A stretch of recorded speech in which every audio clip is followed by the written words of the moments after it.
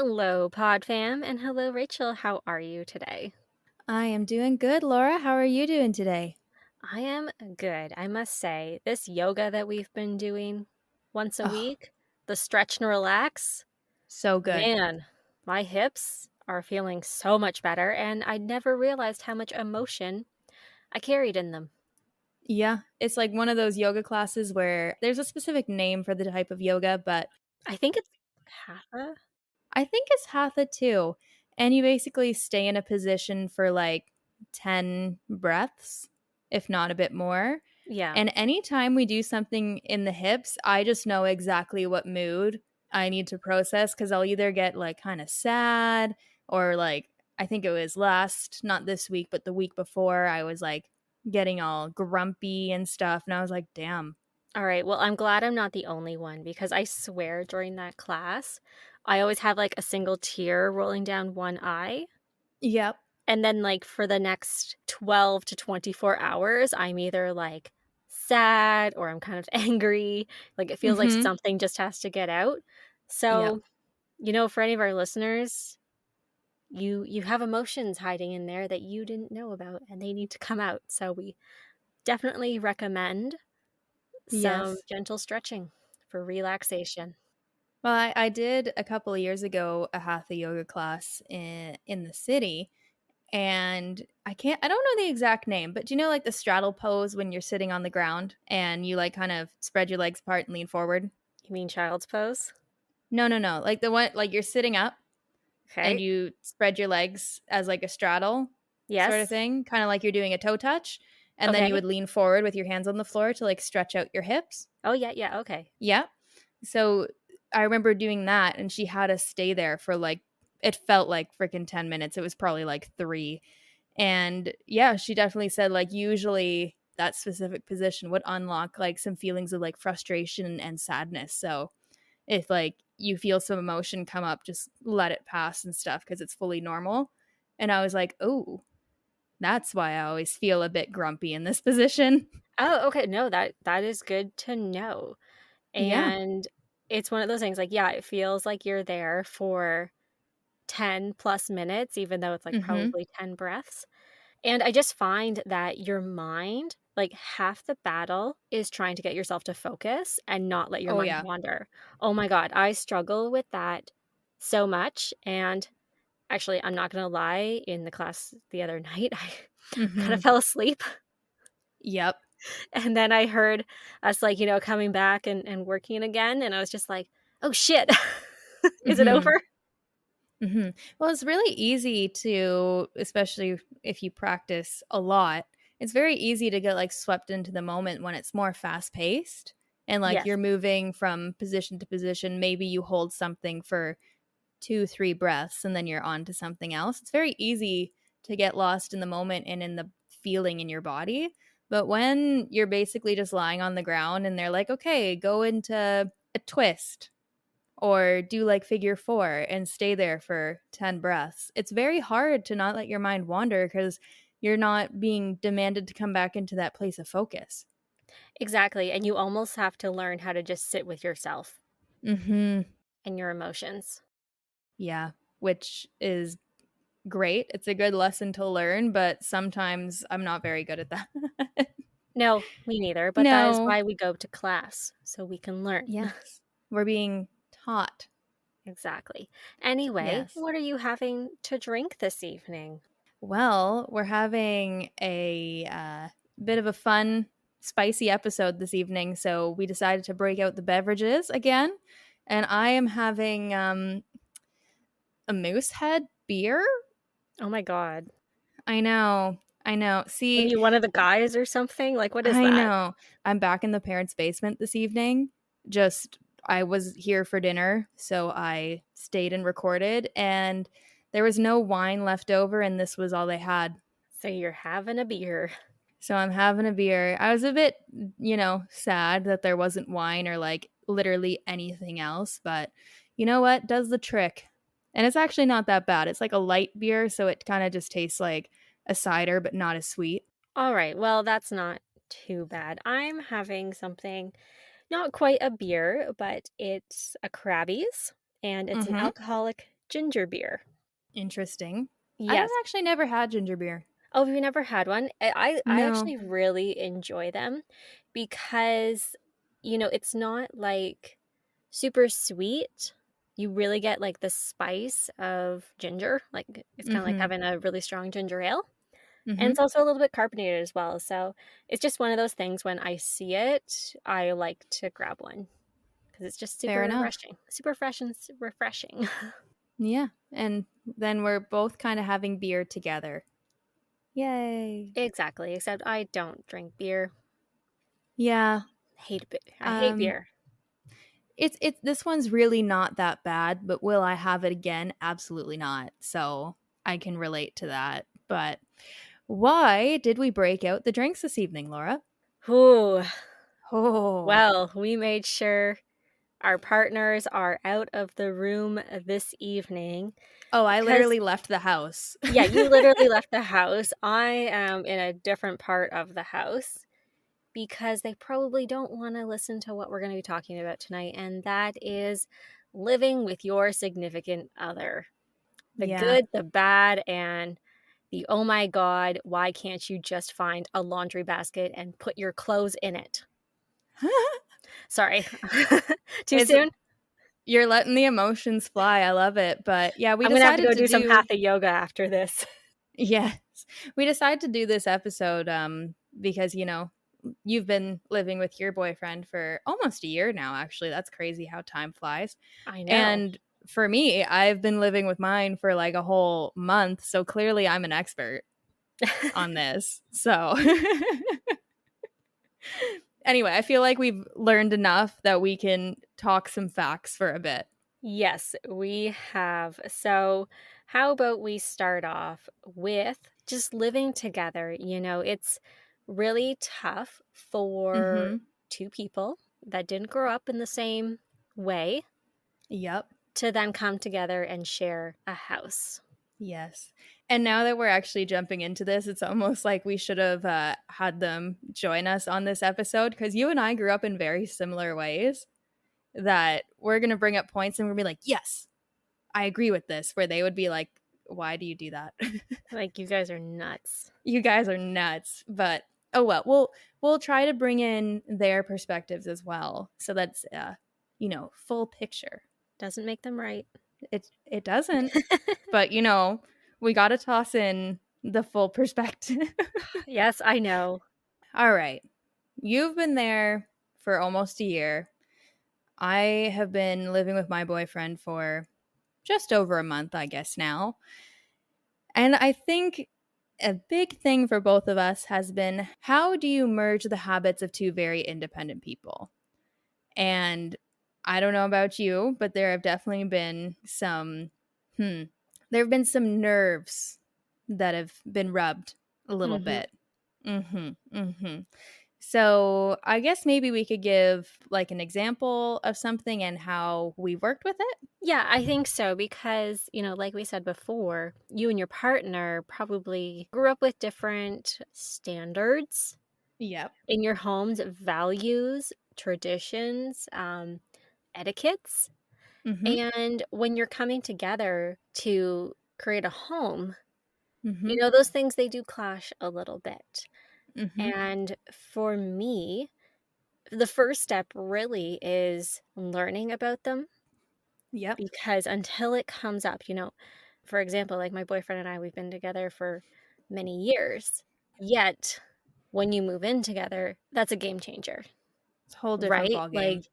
you're now going to 24/7 together, especially during COVID times, so, Mhm.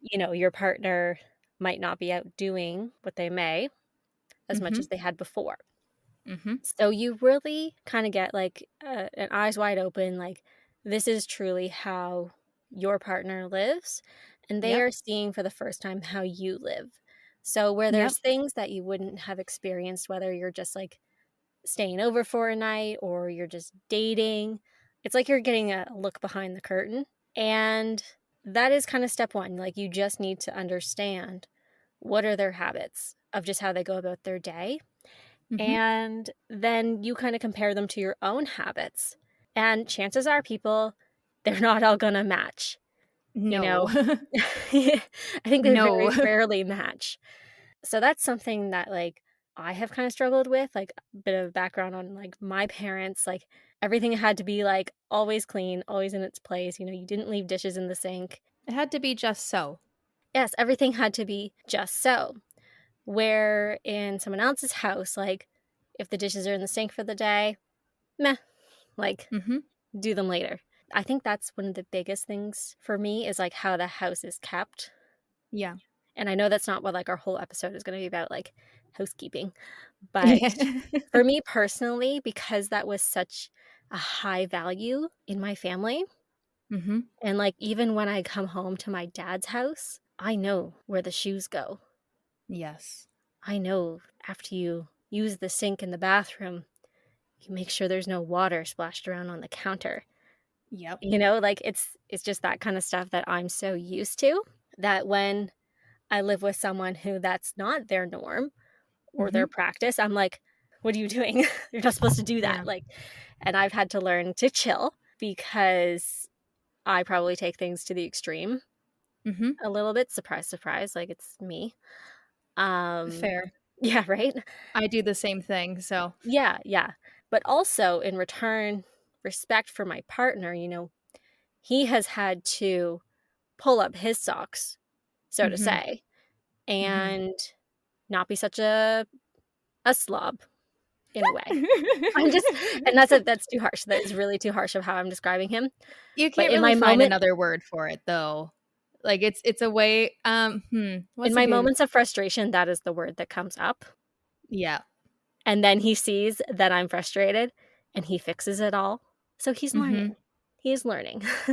Yes. This was definitely something, especially in, like, the first couple of weeks of us living together, like, really reared its ugly head because you and I had very similar upbringings, and I just find that it's been interesting for me because there's certain things that I now do in my apartment with my boyfriend that I would not do with roommates, Mhm. right? And I'm like, "Okay, well, think about how you kept your bedroom, which was your space, in the apartment that you rented with 2 other people, shall we say, like, that was just your space." Yeah. And when I was living with roommates, I kept my room very, very clean. Like, that was the place that I had full control over, where in kind of those common areas, especially when it's kind of the environment of feeling like it's just there's 3 other people, they just share this space, but it's not their home together, it was kinda like a free for all. Like, I didn't love it, but I was like, "Okay, I'm not gonna harp on crumbs being on the floor because it's not my space." But when you're with a partner and you're building a home, that whole apartment is your space. Yeah, and I think you almost have to think of, like, you're laying down the foundation. Yes, of how you want your home to be as you move forward. And, maybe you buy a house, maybe you have children. If you have children, what are you going to teach them about how to maintain the house? And something that you had mentioned a little bit, and the word that I used to describe it is I had to learn very quickly the art of compromise when it came to how to keep the house. Because there's just been little things that me growing up, I would never do. So when I'm trying to build this foundation of my home, I'm like, don't do it. And I did ask him about this, but I'm going to use an example. He gave me permission to talk about it. Oh, good. But for the first week or so, when he was cooking in the kitchen, he would leave cupboards open. And that just I don't know what came over me, but it grinded my gears to no end. Like, it drove me up a wall, which I'm just like, "Girl, are you good?" And it was like a point of contention, which is why I wanna talk about it because it was definitely 2 people who had always, been living that kind of roommate life. They've never had to merge their life with somebody before. So for that first week and a half, it kind of felt like we were living like we were still in those roommate situations where we were like Right. doing our own thing. And eventually, like, we had a big talk about it where, like, I expressed my feelings of how it was making me feel. He expressed his. And we found a good compromise together where I basically said, like, okay, I will work really hard that if you are cooking in the kitchen, it's easier for you to leave the pantry door open because you need to get in there. So I will compromise on that and not go around behind you closing all the cupboards, which With I just did a little bit of force so he knows with you're just a mad. little bit of force. But what I expected in return as our point of compromise is like, okay, when you're done cooking in the kitchen, please close the cupboards. But it was like something that we found that was a good middle ground that still eased each other's desire for how they wanted to operate with the kitchen cupboards. It worked for both of us. Yeah, no, I think that's a great way to start off those conversations because I think it's so easy for us to just jump to anger Mhm. and be like, "No, this is how it has to be, like, you're wrong, and Mhm. my way is the correct way." Yeah.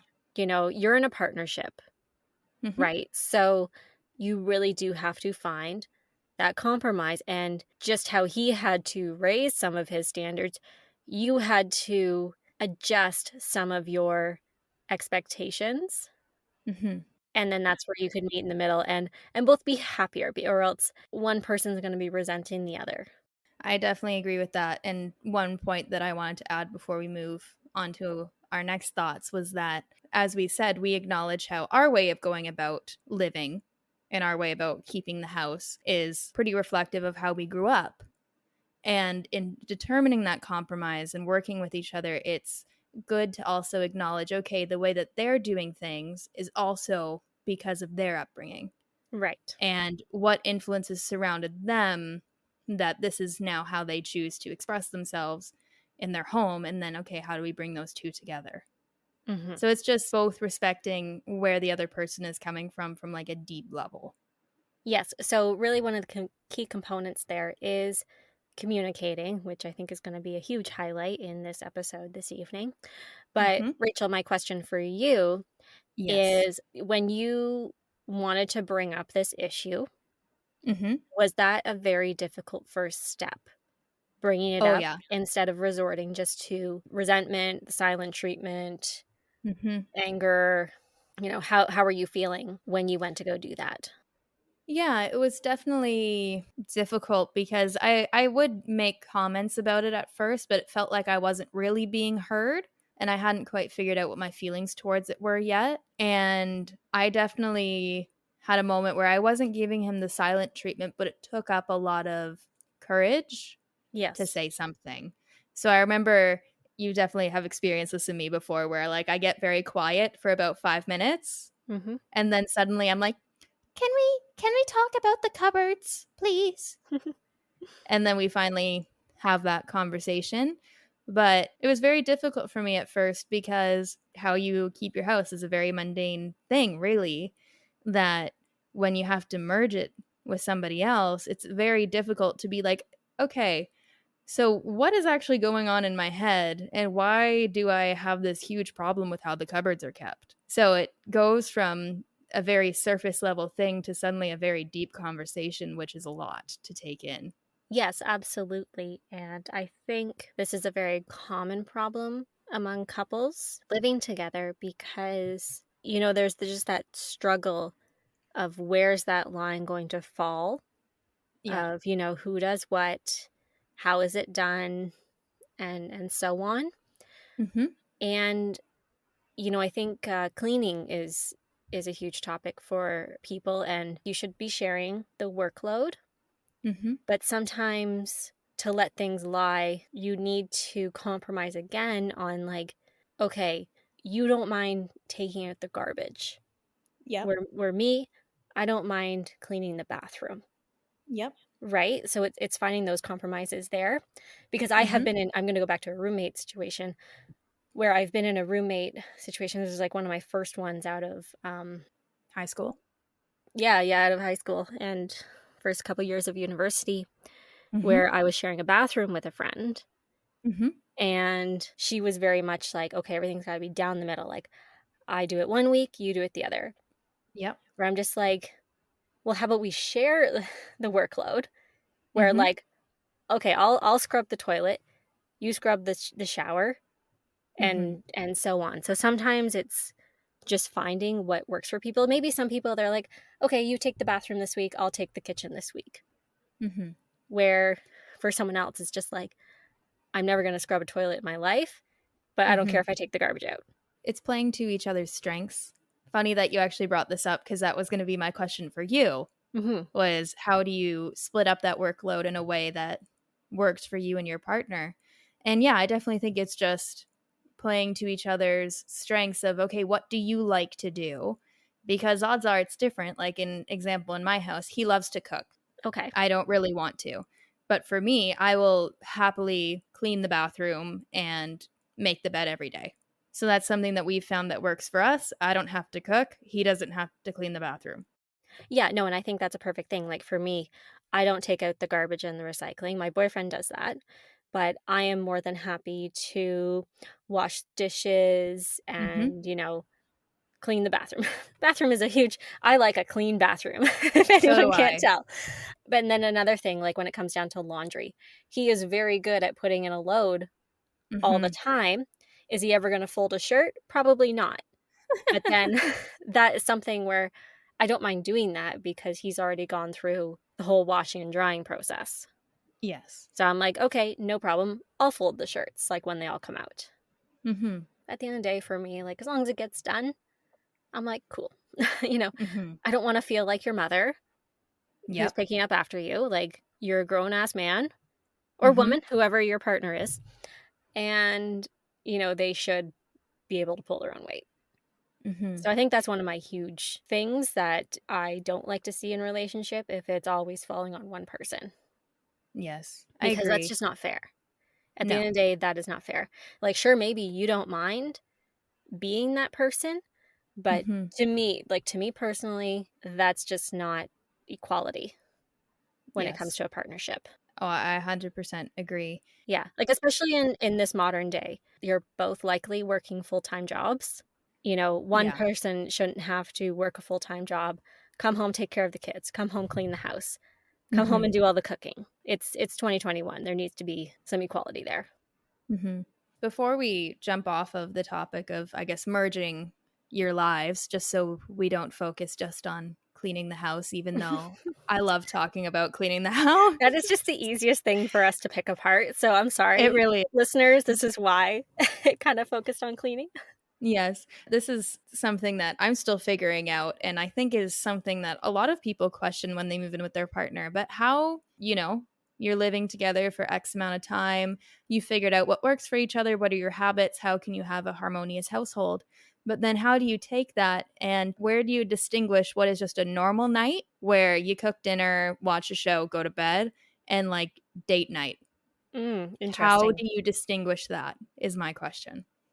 Yeah, I think that's been a huge struggle, I know for me personally, in this past year just with COVID, because Mhm. it's not like we've had those traditional, like, "Okay, let's go out for dinner, Mhm. see a movie, go to a concert," like, we haven't had those external activities to go do together. So, yeah, I'm still personally probably trying to find that divide Mhm. of, okay, like, tonight is special and, last night I wanted to go do yoga and you were watching hockey, so, like, we just kinda quickly had dinner together, but then went and did our own things, yeah, I think that's really tough. Like, I think for my boyfriend and I, sometimes we'll be like, "Okay, like, let's go to the liquor store where we're gonna both get ourselves, like, a nice cider Mhm. to have each, and, we make dinner together." We might, like, play Scrabble or something Mhm. over dinner or just Mhm. sit and talk. So, what about for you, though? Like, have you kinda found that divide? A bit. We're still figuring it out because right now we're both very busy. But I do have like two examples. So, like earlier this week, he put on like a birthday dinner for me at home, Mhm. right? And like he makes me dinner every night. It was kind of like, okay, like where's the difference? I don't want to sound that's I just don't know how else to word that. But what was the distinguisher? But like all he kind of did was like, wore something nice. He pulled out my chair for me and like we lit some candlesticks, Okay, so, right? like, yeah, maybe it's the small actions Yeah, so it that like make the made an difference. environment. And another night, it was instead of just being like, okay, it's 8 o'clock at night, let's just put on some episodes of Outlander and go to bed. We like sat down and picked out a movie together after Mhm. dinner and had some ciders. Okay. Yeah, so it's just like the little things of making it almost like an activity together Right, yeah, especially during these times right now, like, it's so hard to find that distinction of date night, and, yeah, I think you're on the right track there where it is just the little things because, like we said before, you are spending 24/7 together. Not Mhm. everything's going to be a high, right? Like, there's Yeah. a lot of lulls, a lot of downtime, Mhm. and I think that's just a nice way to break it up and then just kinda make it about your relationship and not just about your mundane day-to-day living together. Yes. And if our listeners have any ideas, please let us know over Instagram because I would love to know Oh, if you please, have some DM us. ideas. DM us some indoor date night activities. Yes. Like a puzzle, I think that would be fun. Oh, yeah, like, we definitely did that over the winter last year, Mhm. and it was fun because it was, one of those big, like, thousand-piece puzzles. It took us a few days to do it, and it's not like we were just sitting there watching TV. Love a good puzzle. It's great for date night. But now that we have talked about merging our lives, I think it's a good time to talk about how you maintain your own kind of independent circle and also take your space within the space you now share with your partner. Yes, this one is so important. We really talked about it also in our relationships episode a few weeks ago. And it's so important that you maintain your individuality within a Mhm. relationship because, okay, I don't want to sound like a downer here, but if that if that relationship isn't always going to be, you don't want to lose yourself and your No. sense of identity. And I don't know, like I personally think like I'm a very independent person. I always have been, Mhm. and I really value my time to myself. It's also part of my personality where I'm an introvert. Yep. So I can only be around not so much like my partner. It's not like he's sucking my energy as if like I was at a social event. But I still find it really important for me to go do my own things or to just be by myself for a little bit. It really gives me a chance to recharge. Mhm. So what are your thoughts on that? Yeah, I agree. And one thing that we've been doing at least is figuring out the balance between like, okay, we have dinner together and then do a workout, but we're also working really hard to not slack on our other more professional responsibilities. So for him it's studying and for me it's editing.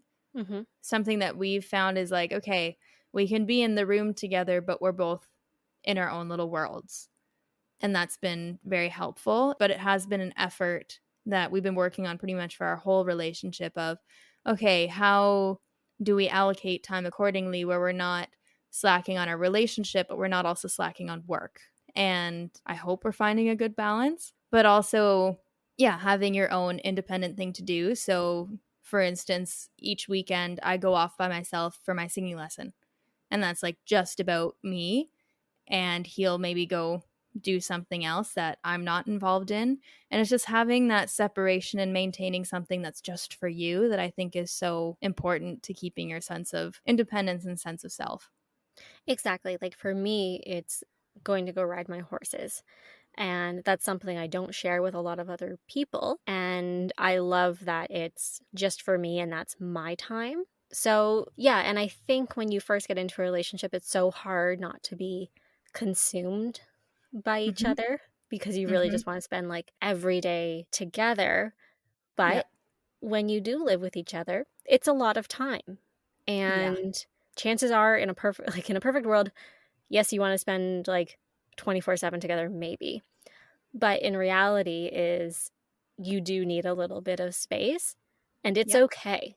If you feel like you need to go on a short holiday by yourself, don't feel bad about that. Like, take a holiday, take some time for yourself. I think women, especially, we get like, there's so much expectation for us to always be there and be that supporting partner where, it's not the 1950s anymore. We're allowed to have our own lives Yeah. that are outside of our partner. So I cannot advocate for that enough. Just maintain your own thing, keep going for your own goals or whatever you want to achieve. You can still do that. And whether your partner wants to do that with you or not, doesn't Mhm. matter. Just go do it. Mhm. Yes, and I really agree with that. And just to go to a more mundane aspect of life, I also think it's super important to have open communication on when you need to do something within the house alone.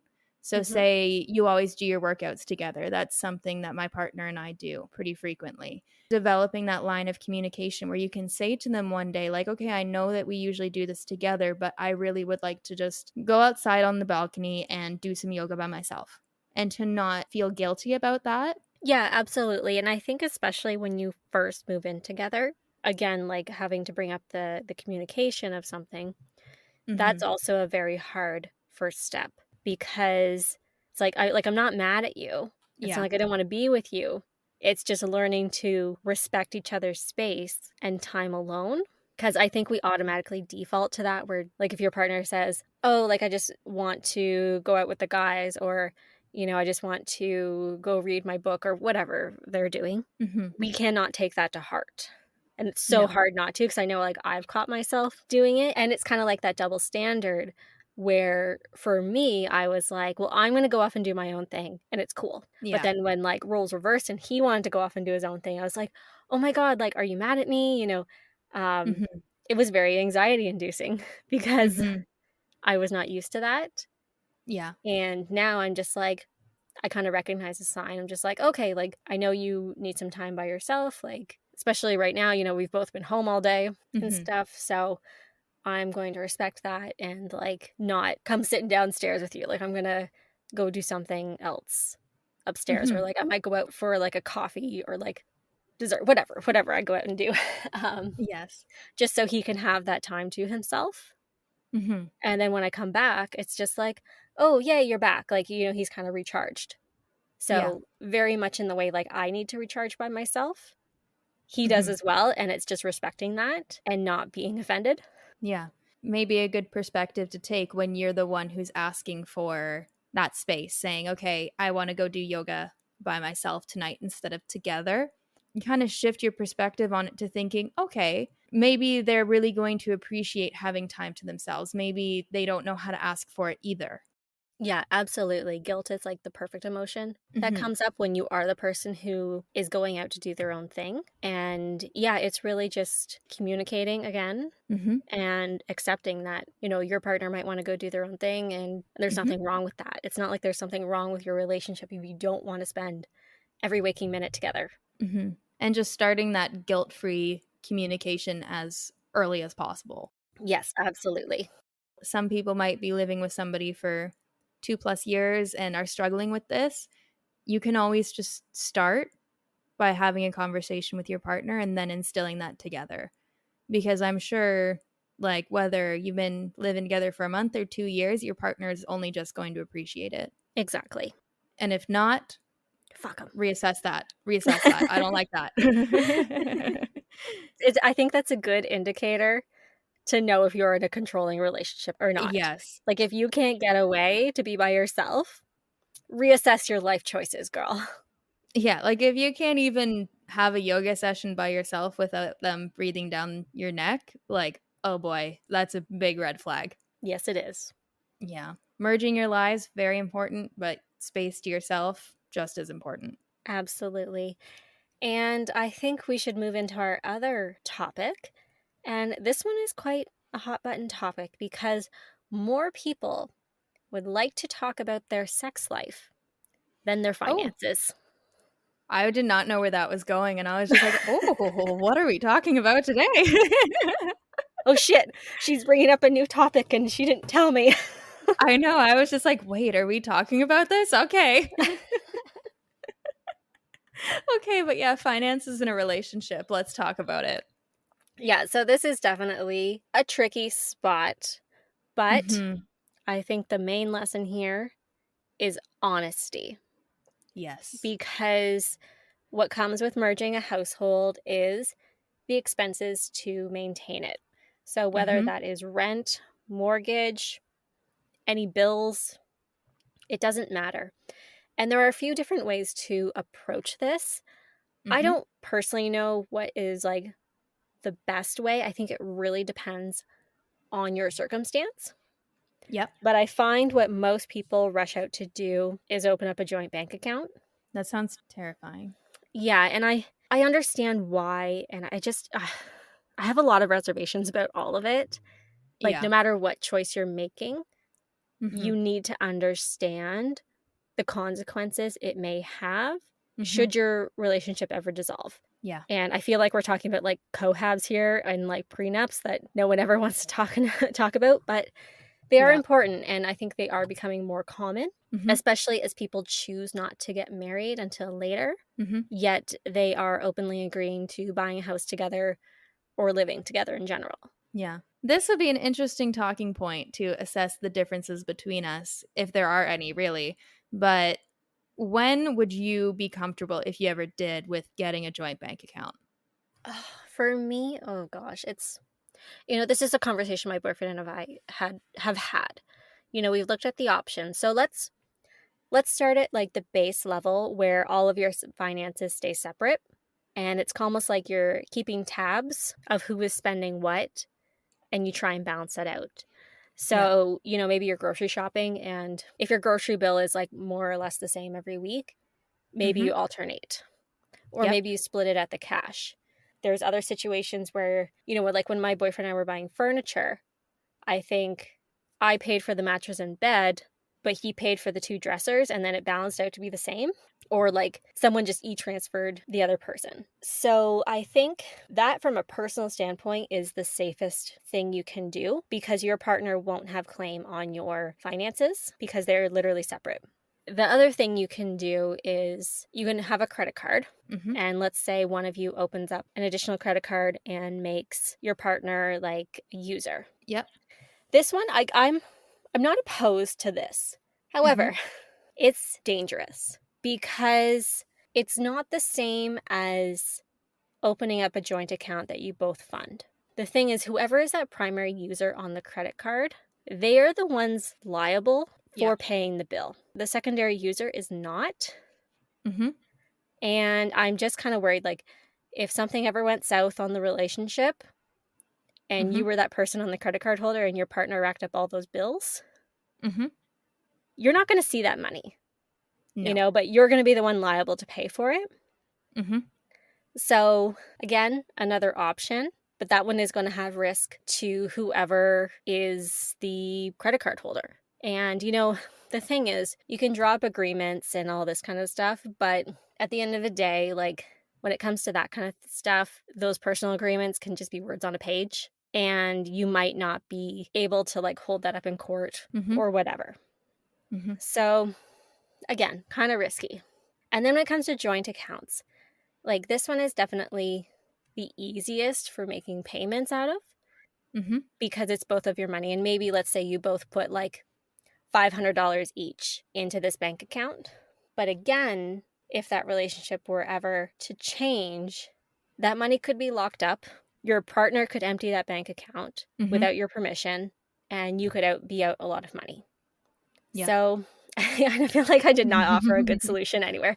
And trust me, there's lots of solutions, but they all come with their downside. And I don't know, like you can trust your partner all you want, but there's always that risk. Mhm. And I think whatever choice you take, you need to understand that risk and make sure you're protecting yourself because obviously, like, let's say you put your whole paycheck into a joint account and all of a sudden your partner up and leaves and empties it, like, you have no Mhm. money Mhm. and you're not going to get that money back.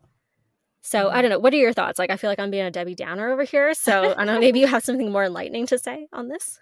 Yeah.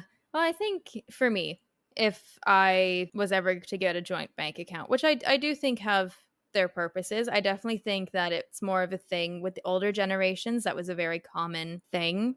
And I can't remember if we discussed it in our millennial episode, but millennials do get like a lot of flack for not wanting to get joint bank accounts with partners. They're like, oh, well, don't you want to merge your lives together? It's like, yes, but like, do we need joint bank accounts? Yeah. Like, honestly, in my personal opinion, if you're married, doesn't matter if you Yes. have individual accounts or not. Like, what's mine is yours. But when you're not married, I just Mhm. believe in that buffer. Yes. I would open one when I got engaged Hmm. and I knew I was going to be marrying this person. But that's also something you need to consider. Just bringing up the marriage side is, at least in Canada, through common law, if you've lived together for 3 years, you're essentially married in the Exactly. eyes of taxation and the law. Yes. So that's something that you have to consider when you move in with somebody. You have to consider, okay, what are their attitudes towards money? Like, are they a spender? Are they a saver? Does our opinion on money and our views on it align? Because then you're going to get 3 years down the road, at least in Ontario. And again, like you said, what's yours is mine, right? Yeah, yeah, and I think it's very important to know if your partner has, like, $50,000 worth of credit card debt, Yes, you need to because know that. yeah, because as soon as you become common law or married, that's now your debt as Hmm. well, and you could be, like, the anti-debt person, Hmm. right? Where Absolutely. in the eyes of the law, it's not gonna matter. No, you can get a cohabitation agreement. And I know people don't like to talk about it, but I do think that it is beneficial. I think more young people, once they are getting into these long-term relationships and eventual common law marriage, Hmm. they need to have them. Like, it's just being smart. Hmm. And, if you're with a partner who's really resisting that, well, I would have a lot of other questions then, Oh, absolutely. right? Because in terms of my partner, like, we are very open about our financials and we agree a lot Hmm. on our values and principles of how to deal with money. And if I was with someone who didn't want to protect their own finances, I'd be raising my eyebrows a little bit because surely if anything ever happened, he wouldn't want me to have claim on his like registered accounts, right? Or his investment Yeah. accounts. Yeah, absolutely. It's an insurance policy. It is. That's exactly how to put it. It's an insurance policy. Yeah. And right from like the get go, you still have to figure out together, okay, what savings goals do we have? Or do we want to invest X amount a year? As opposed to just, oh, we covered our expenses, go spend the rest of it. Right. Like, just have those conversations and some guidelines about when it's money that you can use as you please, where is that going to go? And what shared values do we have around that type of money? Yeah, no, I think that's exactly it. Now, what are your thoughts on the 50-50 split? The 50-50 split of expenses. Yeah. So, as in rent is $2,000, I pay 1,000, he pays 1,000. Yeah, like, do you think that's fair across the board? That's actually a very interesting question because I think it depends. Yeah, I do as well, and, like, one thought like, school of thought that I love is Mm-hmm. basing your expenses and the portion that you pay Mm-hmm. based on your income and your salary, Yes. which I think this has to be probably one of the hardest conversations to have with a Yeah. partner as well. Yeah, I actually hadn't thought about that. Yeah. That's actually a Well, really good point. yeah, and let's just use an example here. So, let's say you make $60,000 and your partner only makes 40. Is it fair for you to both be paying 50-50? Or should you change that split to a 60-40, and then it's more relative to Mhm. your income? Mhm. Well, I think that depends on the level of, I guess, lifestyle inflation because of the higher earning partner's salary. So, say you work out a budget together when you're picking an apartment, and I'm just using 2000 as an example. If it's a case where it's something you determine together where you could both afford all of your expenses 50-50, and then had some spending money and some saving money, I think that 50-50 split down the middle is fair. Mhm. But say because you're earning more, you're suddenly like, oh, well, I want the $2,400 apartment. Then I don't think it's fair. Yeah, like, that's kinda what I agree on as well, like, especially, like, if your partner was making 100,000 and Yeah. you were only making 20, Hmm. well, they might be able to perfectly afford that $3,000 apartment, but the person with the $20,000 salary probably isn't gonna be able to pay No, $1,500 a month. I think it's about, are you equalizing what you can afford? Like, are you equalizing your lifestyle or is it inflated in one direction? And where do you go from there?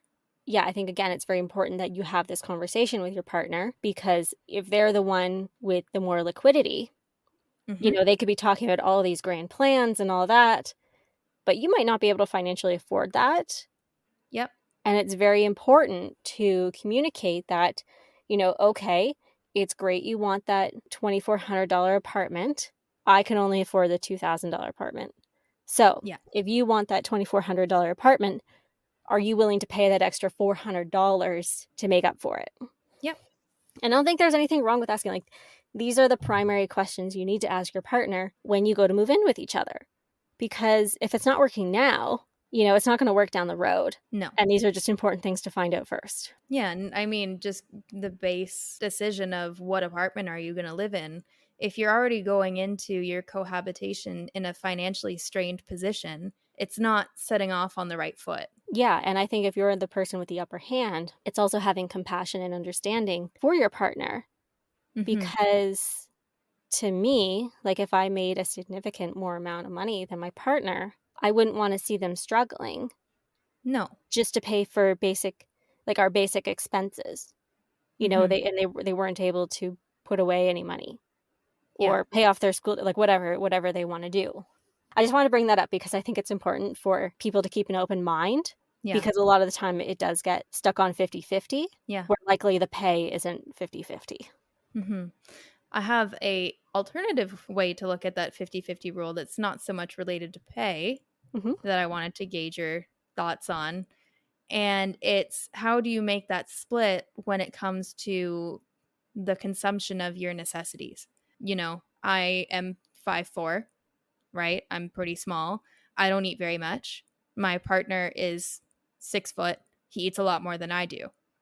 Do you think in that case it's fair for, like, say, the grocery bill to be 60-40 or 70-30, or should it be 50-50? I think it very much applies to the same rules. First of all, you have to identify it with your partner, being like, "Hey, you're the one who buys all of the snacks and value pack of ground beef and eat it all by yourself where I don't." Mm-hmm. So, I think that's still just a conversation you would have to have with your partner and see if they would be open to spending a little bit more on the grocery bill just to Mm-hmm. balance that out. Like again, maybe for the internet, one partner's working at home and the other isn't, and they don't even own a computer. Mm-hmm. Maybe the partner who is always on the internet should be paying that bill. So I think it's very much based on just the circumstances Mm-hmm. around that. Because if you truly aren't using a service, like if you lived on your own, you wouldn't pay for it. So I think you need to have that open conversation with your partner and just say, hey, I don't even use this. If you want to keep it, can you pay for it? And it's kind of being blunt like that. A reasonable partner shouldn't put up a fight when Mm-hmm. it comes to something like that.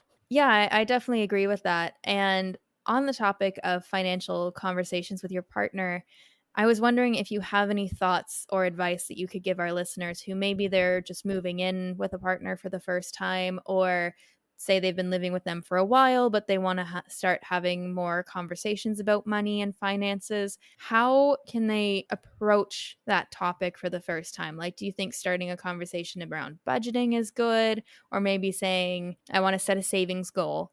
Can we talk about that? How can we go about that? Again, such a hard thing to start talking. And I'm trying to put my shoes in someone else's position, because I'm someone who has learned to be very open Yeah. about my finances, with my partner especially. So, most people, like I said at the beginning of this topic, would rather talk about their sex life than their finances. Mm-hmm. And I liked the point that you said there about bringing up the budgeting, Mm-hmm. or, saying you just want to reach a goal. I think that's a really great intro to Yep. get the money topic going. Because most people are not going to be like, hey, so I have $30,000 worth of student debt. How much do you have? You know, hats off to people who do that, but the average person probably doesn't do that, especially when it No. comes to credit card debt. They're probably not going to admit that even if they have I don't know, $1,000 of credit card debt, they don't want to admit that to their partner because they don't want them to be ashamed of them, Yeah. or whatever term that is. And no one should have shame around that, but we do. It's just how we Yep. default ourselves. So, yeah, I do like that, opening the conversation of just hey, I would really like to save $200 a month because I want to open up an investing account. And that might get your partner talking Mm-hmm. as well, because then you open that question up, being like, do you have any savings goals? Do you have an investment account? What are your thoughts on this? It's Mm-hmm. just starting by asking the questions. Another thing you can do, I think, is laying out your expenses that you Mm-hmm. have together. And maybe you also throw in ones that you have for just yourself. Then you both get an understanding of just okay, this is how much money we both have going out the door each month. And then hopefully, I hope couples are sharing how much they make. Like, Mm-hmm.